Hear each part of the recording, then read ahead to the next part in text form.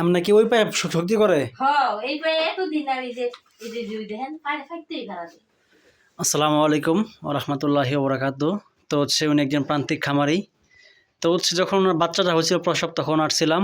তো আপনার ওনার যে একটু ছিল আর কি দুঃখ যে বাচ্চার একটা পা হচ্ছে প্রতিবন্ধী। তারপরেও করা কিছু না, আলহামদুলিল্লাহ আল্লাহ তাআলার দান। তো মাশাআল্লাহ বাচ্চাটা এখন বয়স হচ্ছে আপনার 5 থেকে 6 মাস। তো এখন বাচ্চাটি আপনার খাবার-টাবার স্বাভাবিক চলন করতে পারে। ওই যে প্রতিবন্ধী যে পাটা আছে ওটাতেও সামান্য কিছু ভর করতে পারে। সমস্যা নেই, আল্লাহ ভরসা। অনেক গরু হচ্ছে 3 পা, অনেক গরু পা একটাতে হয়ই না, 3 পায়ে হাঁটে, সমস্যা না, হাঁটতে পারবে।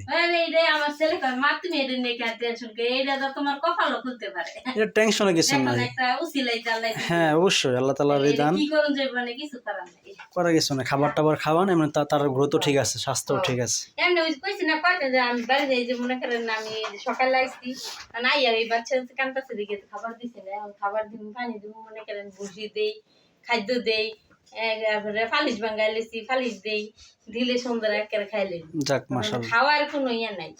এই এই যে শুক্রবার দিয়ে এখন তো আমি এটা যত্ন নিতে নেই, এই যে আমি বাইতে ছিলাম, বুঝতে পারছি। মানে আমার মাইয়া একটা দাওরা পরীক্ষা দিতেছে, সেই জায়গায় গেছিলাম। যাক তারপর আপনার বাচ্চা ঠিক আছে। ডাকে নাকি এটা নাকি? মানে এটা তো আপনার অফিসিয়াল না, তো দেশি বাচ্চা তো।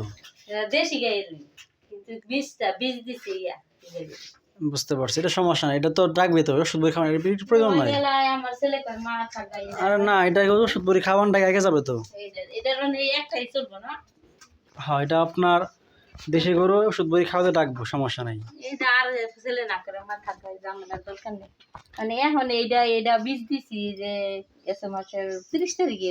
কে দিছিল? আরিফ? হ্যাঁ না সরি ইয়াই রফিকি রফিক ভাই। যাক মাশাআল্লাহ ভালো। এটা আবার দিছি 30 তারিখ। একটু যত্ন তো করেন গরুর। ওই আটু বিয়া না বুঝিন না যে আমি বাইক না একটাও নাই জ্ঞান। ক্যালসিয়াম খাওয়াইছিলেন? কোনটা এটা হ্যাঁ না ক্যালসিয়াম। ক্যালসিয়াম ভিটামিন খাওয়াই নিয়েন। আর এবছর তো অ্যালার্জি সমস্যা আছে।